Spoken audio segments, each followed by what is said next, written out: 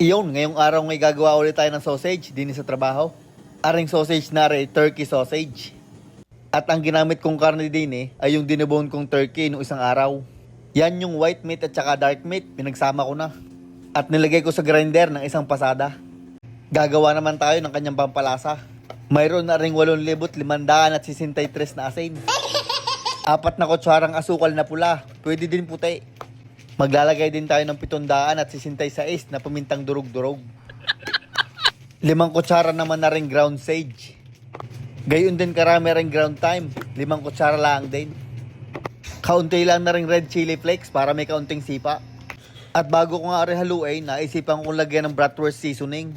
Sa tingin ko bagay sa turkey. Sana nga para rin hindi sayang. At nung nakompleto ko na mga pampalasa, ay di hinalo ko na rin. Ayain ng masama ang mukha, wag lang masinghot ang paminta. Pagkatapos natin magawa ng pampalasa, din naman tayo sa mga dahon. Ang gagamitin natin din ay parsley. Magagayat lang tayo ng 2 bugkos na rin parsley.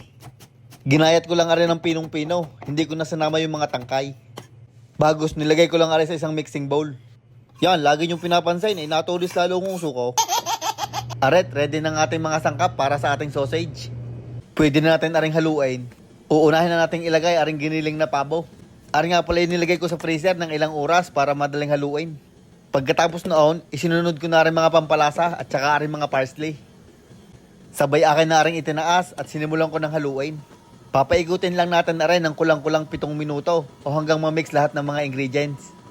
Mahalaga din na i-chinecheck yung pinakailalim. Gawa ng minsan doon napunta yung mga powder ay hindi nakahalo. Ay baka hindi magpantay ang lasa.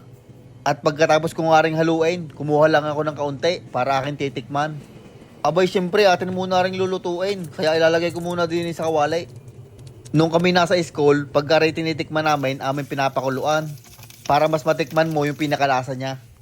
Ay ako ho si Juan Tamad, kaya pinirito ko na laang. Abay pwede na rin burger patty tinapay na lang kulang.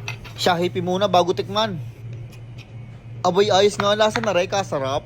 Lasang-lasa yung mga herbs na ating nilagay Ay ari nga po pala first time kong ginawa. Ay kadami namin din ng pabo. Kaya naisipan kong gumawa na rin, turkey sausage. Sa tingin ko ako'y palagi na rin gagawa na rin, ay kasarap Paniguradong papatok ka rin sa mga puti. Kaya ginayat ko na ng maliliit, aring tira. At atin aring ipapafritay sa mga customer. Gayon kami din sa shop, pag may bagong product, aming ipapafritay para malaman nilang lasa. At pag nagustuhan naman nila, i-chismis naman nila ito sa kanilang mga kapitbahay. Di dadami ang customer. Pagkatapos ng chismisan ay tikiman pala. Atin na rin ilalagay sa sausage machine. Ihuhulog lang natin lahat ng ating ginawang karne din sa butas. At ating sisiksikin para walang air pockets mamaya. At ari nga pala ang ating gagamiting sausage casing.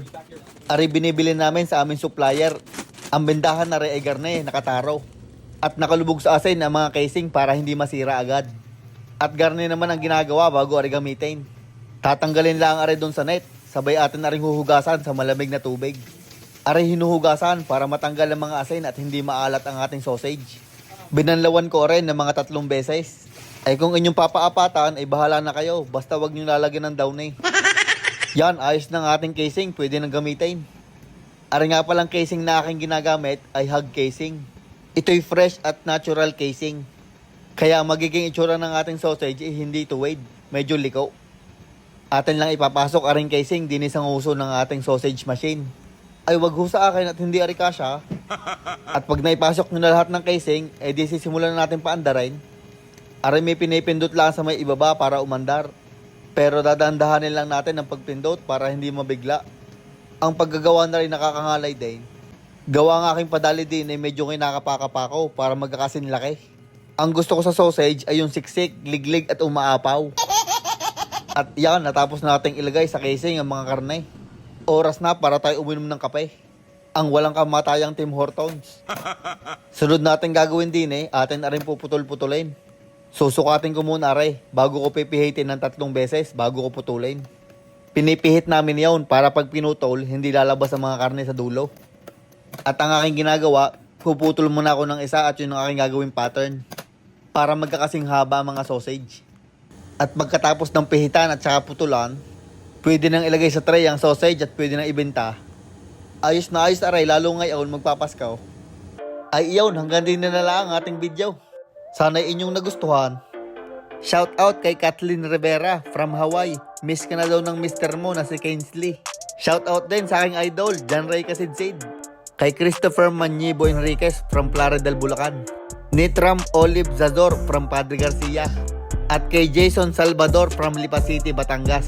Salamat mga idol.